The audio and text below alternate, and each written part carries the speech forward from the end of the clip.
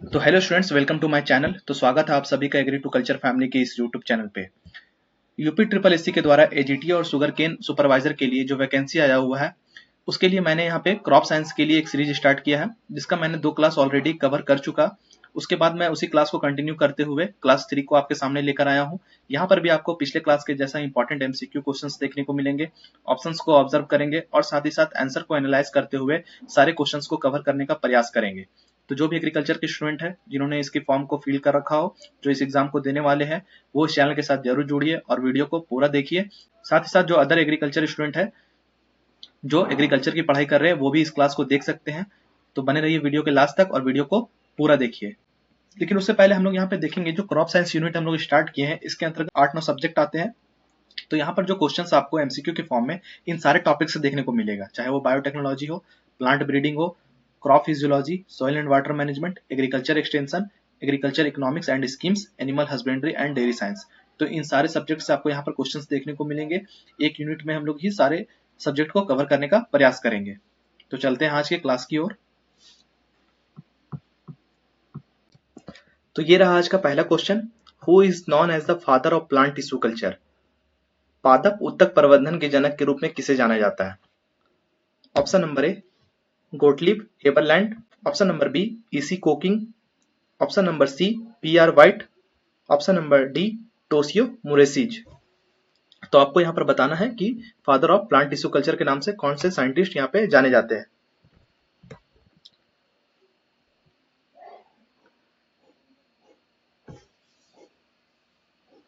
तो इस क्वेश्चन का जो सही आंसर है वो हो जाएगा आपका option number A Gottlieb Haberlandt. Gottlieb Haberlandt in 1902 isolated single plant cell and cultivated them in a nutrient solution। तो ये जो साइंटिस्ट है इन्होंने क्या करा था कि सबसे पहले 1902 में 1902 में प्लांट सेल को लेके उनको न्यूट्रिएंट सॉल्यूशन में ग्रो करने का प्रयास किया था, विकसित करने का प्रयास किया था।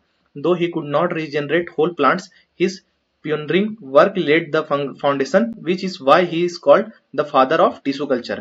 हालांकि ये पूरा प्लांट को जर्मिनेट नहीं कर पाए थे, लेकिन उन्होंने इस चीज का बुनियाद को रखा, इसीलिए father of plant tissue culture के नाम से जाने जाते हैं। नेक्स्ट क्वेश्चन है which bacterium is widely used as a natural genetic engineer in plant biotechnology.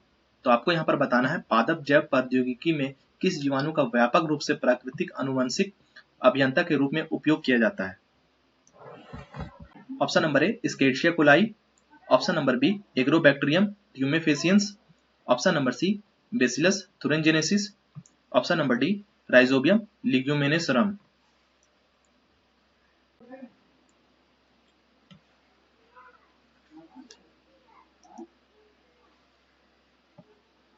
तो इस क्वेश्चन का जो सही आंसर है वो हो जाएगा आपका option number B Agrobacterium tumefaciens. Agrobacterium tumefaciens has a natural ability to transfer a specific segment of its DNA into the plant genome. तो जो एग्रोबैक्टीरियम है इसमें क्या होता है कि एक तरह का एबिलिटी होता है, नेचुरल एबिलिटी होता है कि अपने डीएनए का ही एक खास हिस्सा को प्राकृतिक रूप से पौधे के जीनोम में ट्रांसफर करने का क्षमता रखता है। तो आप समझ रहे हैं इस बात को कि जो इनके अंदर डीएनए होता है उनको प्राकृतिक रूप से किसी और पौधे के जीनोम में ट्रांसफर करने का एबिलिटी इनके पास होता है। Scientist use the mechanism to insert desired genes into plant. जो साइंटिस्ट है वो भी इन्हीं मैकेनिज्म का यूज करके अनदर प्लांट में अपने डिजायर्ड अनुसार कोई भी जीन को ट्रांसफर करने के लिए इसी बैक्टीरियम का यूज करते हैं। नेक्स्ट है allogamy is another botanical term for. तो यहाँ पर पूछ रहा है एलोगेमी वनस्पति विज्ञान में किसका दूसरा नाम है। Option number A self pollination, option number B cross pollination, option number C apomixis, option number D vegetative fusion.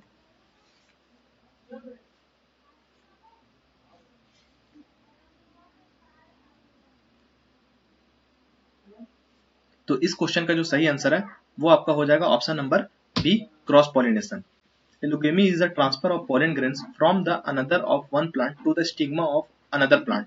तो एलोगेमी में क्या होता है कि जब किसी एक प्लांट का पॉलन किसी दूसरे प्लांट के अनदर प्लांट के स्टिग्मा में जाके वर्तिकाग्र में जाके ट्रांसफर होता है, तो ये जो प्रोसेस है ये एलोगेमी कहलाता है। नेक्स्ट है autogamy. Autogamy is the technical term use for self pollination. तो जैसा कि एलोगेमी क्रॉस पॉलिनेशन के लिए यूज किया जाता है, उसी तरह यहाँ पर सेल्फ पॉलिनेशन के लिए ऑटोगेमी का यूज किया जाता है। उसके बाद है geitonogamy. Geitonogamy is the transfer of pollen to another flower on the same plant. तो यहाँ पर आप देख सकते हैं जिटेनोगेमी में क्या होता है कि किसी एक प्लांट का पॉलन किसी अनदर फ्लावर में, एक ही प्लांट के उसी अपने ही प्लांट के किसी और फ्लावर में जाकर ट्रांसफर होता है। तो ये जो प्रोसेस है ये जिटेनोगेमी कहलाता है। आई होप आपको ये क्वेश्चन समझ में आया होगा। चलते हैं नेक्स्ट क्वेश्चन पे।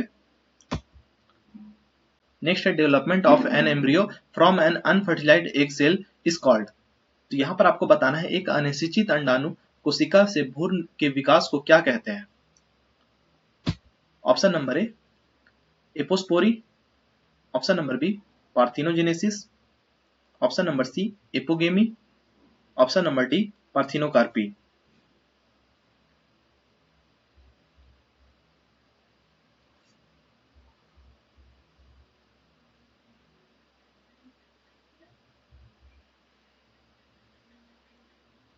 तो इस क्वेश्चन का जो सही आंसर है वो हो जाएगा आपका option number B parthenogenesis.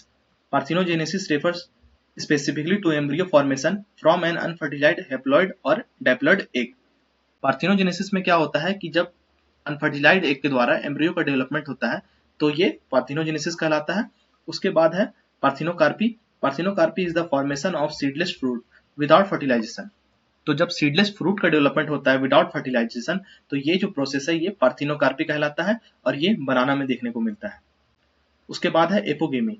Apogamy is embryo development from cells other than the egg cell. तो एपोगेमी में क्या होता है कि जो एक सेल है वहां से एम्ब्रियो का डेवलपमेंट ना होकर अनदर सेल से किसी और कोशिकाओं से जो एम्ब्रियो का डेवलपमेंट होता है तो ये जो प्रोसेस है वो एपोगेमी कहलाता है। तो आई होप आपको ये तीनों टर्म समझ में आया होगा, पार्थिनोजेनेसिस, पार्थिनोकार्पी और एपोगेमी। चलते हैं नेक्स्ट क्वेश्चन पे। नेक्स्ट है which of the following breed of buffalo is known for the highest milk fat content. तो इस क्वेश्चन में पूछ रहा है निम्नलिखित में से भैंस की कौन सी नस्ल अपने दूध में वसा की मात्रा सबसे अधिक होने के लिए जानी जाती है। Option number A Murrah, option number B Bhadawari, option number C Surti, option number D Nili Ravi.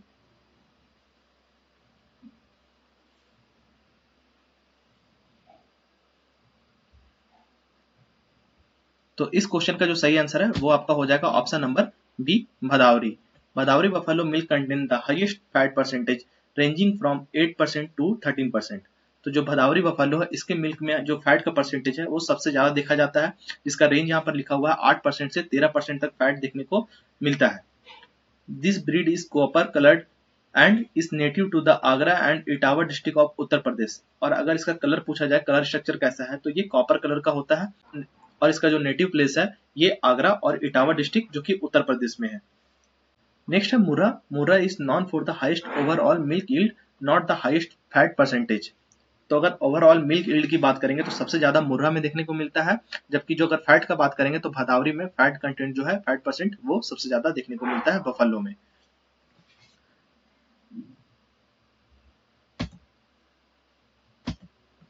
Next है the yellow colour of cow's milk is due to the presence of which substance. गाय के दूध का पीला रंग किस पदार्थ की उपस्थिति के कारण होता है। ऑप्शन को देखेंगे। Option number A casein, option number B carotene, option number C lactose, option number D riboflavin.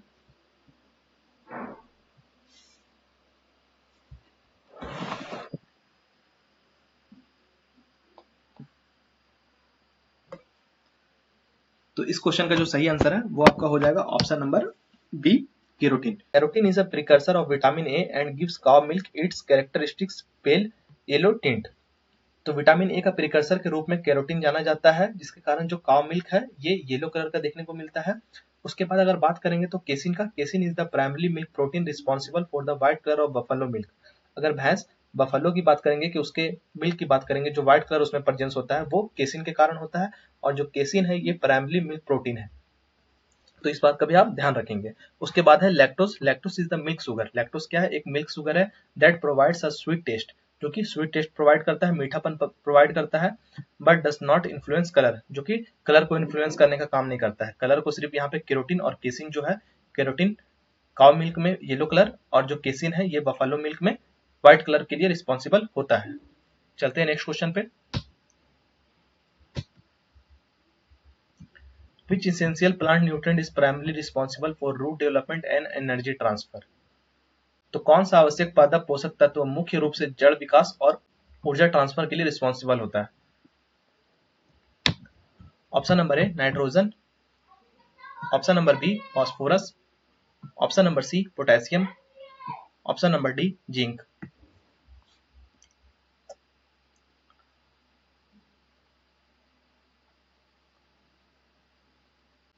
तो प्लांट न्यूट्रिएंट जो रिस्पॉन्सिबल होता है root development and energy transfer के लिए वो है option number B phosphorus. Phosphorus is a component of ATP vital for energy storage and transfer in plant. तो जो फास्फोरस है ये एटीपी का ही कंपोनेंट है जो एनर्जी स्टोरेज एंड ट्रांसफर करने का काम करता है प्लांट्स में। उसके बाद it plays a critical role in early root growth, lateral root development and seed formation. और यहाँ बात करें तो अर्ली रूट ग्रोथ के लिए, लैटरल रूट डेवलपमेंट के लिए और सीड फॉर्मेशन के लिए भी ये इंपॉर्टेंट रोल प्ले करता है फास्फोरस। उसके बाद nitrogen stimulates vegetative growth while potassium regulates stomatal opening and disease resistant.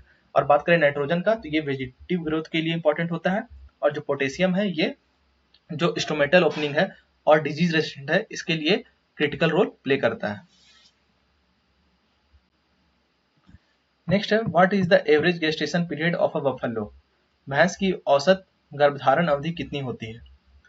Option number A 281 days, option number B 310 days, option number C 150 days, option number D 340 days.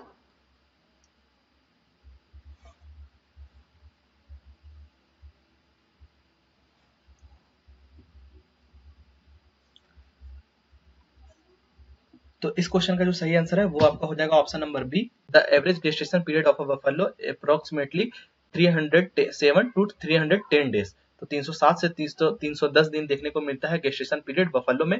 उसके बाद in comparison cow have a gestation period of around 281 to 283 days. 281 से 283 दिन cow में देखने को मिलता है gestation period, whereas goat and sheep have about 148 to 152 days.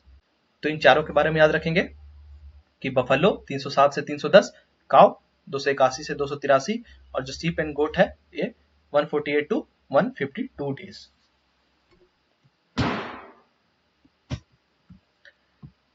Next है which chemical is widely used for artificial ripening of fruits? तो फलों को कृत्रिम रूप से पकाने के लिए किस रसायन का उपयोग किया जाता है? व्यापक रूप से किस रसायन का उपयोग किया जाता है? Option number A ethylene, option number B auxin, option number C gibberellic acid, option number D cytokinin.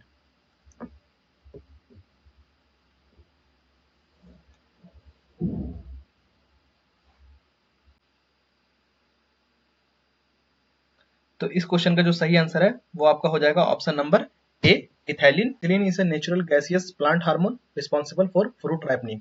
Fruit ripening की बात करें तो इसके लिए रिस्पॉन्सिबल जो हार्मोन है वो है ethylene. Ethephon releases ethylene gas upon breakdown making it a safe and commercial choice. तो जो इथेफोन है ये रिलीज करता है इथिलीन, जब ये ब्रेक डाउन होता है तो इथिलीन हार्मोन को रिलीज करता है जो कि इसको सेफ और कमर्शियल बनाता है।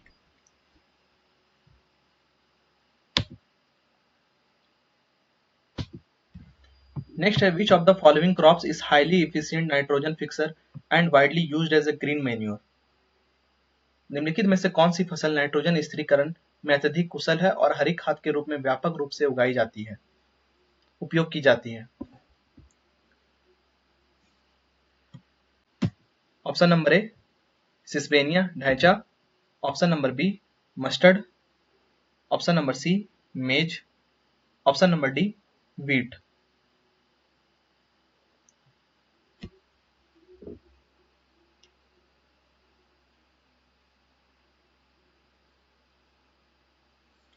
तो इस क्वेश्चन का जो सही आंसर है वो है आपका option number A Sesbania ढैंचा।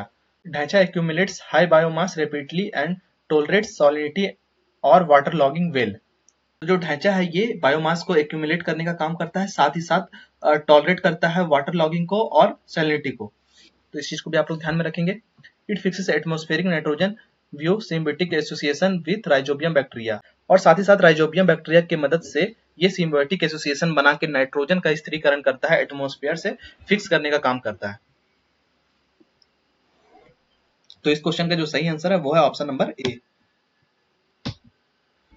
Next है which system of planting accommodates 50% more plant than the square system. तो रोपण की कौन सी प्रणाली वर्ग प्रणाली की तुलना में 15% अधिक पौधों को समायोजित करती है? Option number A hexagonal system, option number B rectangular system, option number C contour system, option number D quincunx system.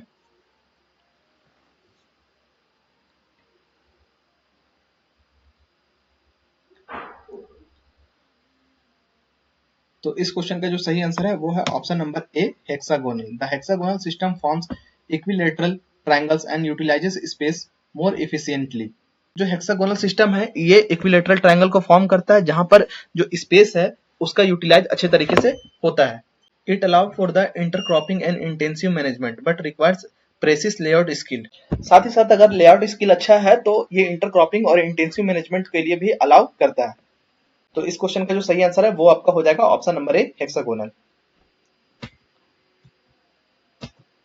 Next है the process of desuckering is an essential intercultural operation in. तो यहाँ पर पूछा जो डीसकरिंग है ये एक intercultural operation है, तो ये किसमें देखने को मिलता है? ऑप्शन नंबर ए तंबाकू banana, option number B sugarcane, option number C mustard, option number D cotton.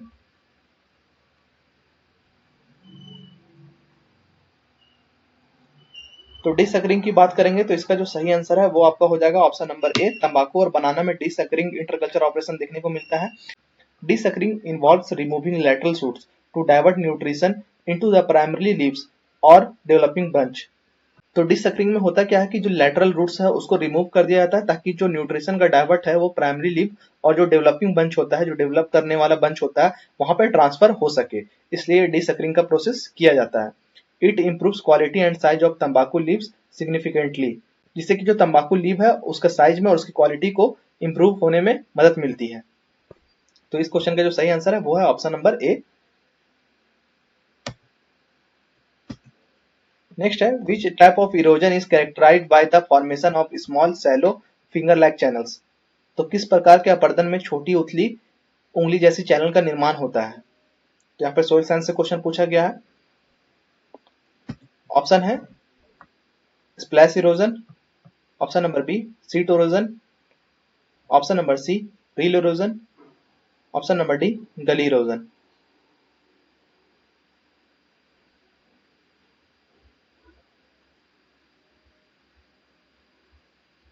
तो इस क्वेश्चन का जो सही आंसर है वो आपका हो जाएगा option number C rill erosion. Rill erosion is the intermediate phase between sheet erosion and advanced gully formation.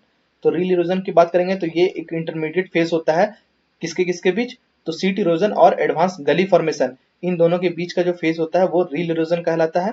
These shallow channels can be easily levelled using conventional farm cultivation equipment. यहाँ पर जो Cello channels होते हैं, उथल पुथल वाले जो channels बन जाते हैं, उसको लेवल करने के लिए यहाँ पे इक्विपमेंट, जो कल्टीवेशन इक्विपमेंट है उसका यूज करके हम इसको समतल बना सकते हैं। तो इसका जो सही आंसर था option number C rill erosion.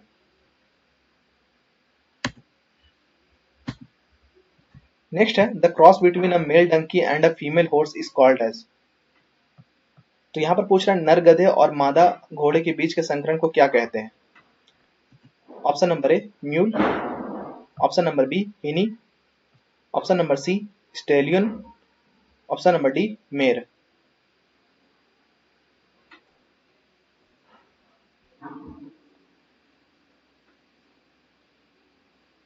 तो इस क्वेश्चन का जो सही आंसर है वो आपका हो जाएगा option number A mule. A mule is a स्ट्राइल animal highly valued for its extreme draft endurance and sure foot dense. तो जो म्यूल है ये आपका एक्सट्रीमली ड्राफ्ट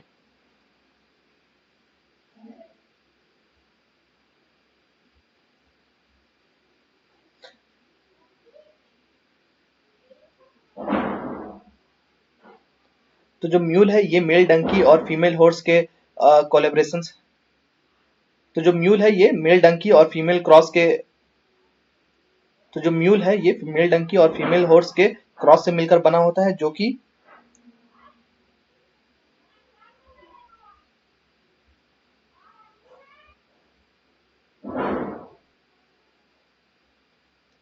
काफी मजबूत और अत्यधिक सहन शक्ति के लिए जाना जाता है।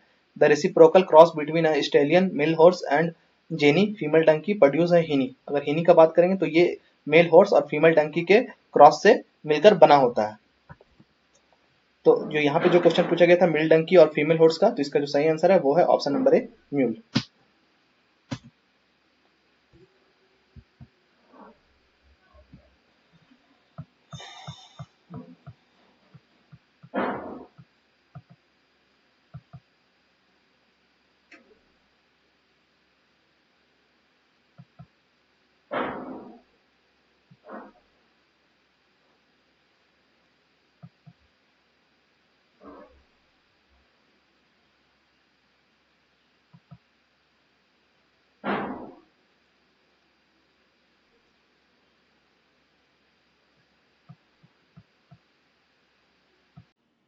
तो आज का क्लास यहीं पे समाप्त होता है। आई होप आपको वीडियो पसंद आया होगा। इसके पहले के भी जो क्लास थे, क्लास 1 और क्लास 2, आप लोगों ने उसको भी देखा होगा। जिन स्टूडेंट ने पिछले क्लास को कवर नहीं, वो इसी यूट्यूब चैनल पे जाके क्लास को देख सकते हैं। और जितने भी आपने क्वेश्चंस को अटेम्प्ट करा, आप उसके आंसर को कमेंट बॉक्स में कमेंट जरूर करें, ताकि आपको पता चलेगा कि आप कितने क्वेश्चन को अटेम्प्ट कर पा रहे हो सही सही। तो थैंक यू आप सभी का क्लास में बने रहने के लिए। इसका अगला क्लास जो है वो कल आएगा, तो चैनल को सब्सक्राइब जरूर कर ले। Thank you.